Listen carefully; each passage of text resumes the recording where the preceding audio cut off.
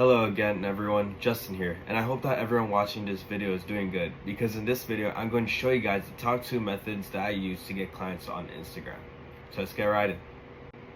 First off, the reason why I say Instagram is because finding prospects to outreach to has become super easy, since all you need to do is search up the niche that you want to focus on, and then boom, hundreds upon hundreds of accounts show up. When I first started using these 2 methods of outreaches, that was when I realized that I could get a client almost whenever I wanted. And I'm going to teach you guys how to do this step by step. So let's get right in. Alright, so these 2 methods of outreaches are called the Loom video and the compliment outreach. So first I'm going to go over what the Loom video outreach is. And this is basically when you make a video explaining how your services work and how you can help the person you're outreaching to increase their profits. And this is where we move on to step number 1. Alright, so step number 1. The first thing you need to do when making a Loom video is look at their account and see if they're missing out on something that you could point out in the video. So examples, if they do not have a website, you could definitely point that out. And then another example would be if they're missing out on something like an email marketing campaign, sales funnels, or lead magnets.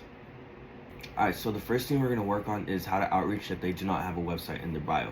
So you could say something along the lines of, "Hey, I noticed that you do not have a website on your bio, and that could be costing a small fortune since most potential clients would rather go on a website rather than have to scroll for information. So it confuses me on why you didn't opt out for one. Would you be interested if I send you a quick video explaining how it works?" Okay, so once they reply to your text and if they're interested, send them the video going further into that on how a website could help them. You could talk about how email marketing campaigns would help them, sales funnels, and lead magnets, and how they're all beneficial. Okay, so once you talk about those 3 things and how they're beneficial to them, you could also have something like a past website that you worked on for your client. Okay, so examples of this would be here.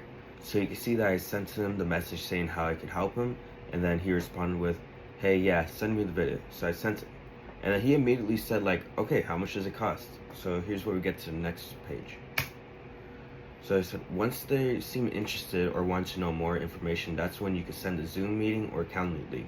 And then you can say something like, "Would you be open to a Calendly link?" or "Would you be open to a Zoom meeting?" Don't try to force on them too. So right here, that's where I said. Okay, so in the next slide, I'm going to briefly go over what to say in complete order in a Loom video. So let's go right in. First off, say their name and include how you made this video specifically for them. Second, say how having a website will benefit them and bring an audience. And third, show them an example of a website that you worked on for past clients. Fourth, explain the amenities such as an email marketing campaign, sales funnels, and lead magnets, and how they'll boost conversion and revenue.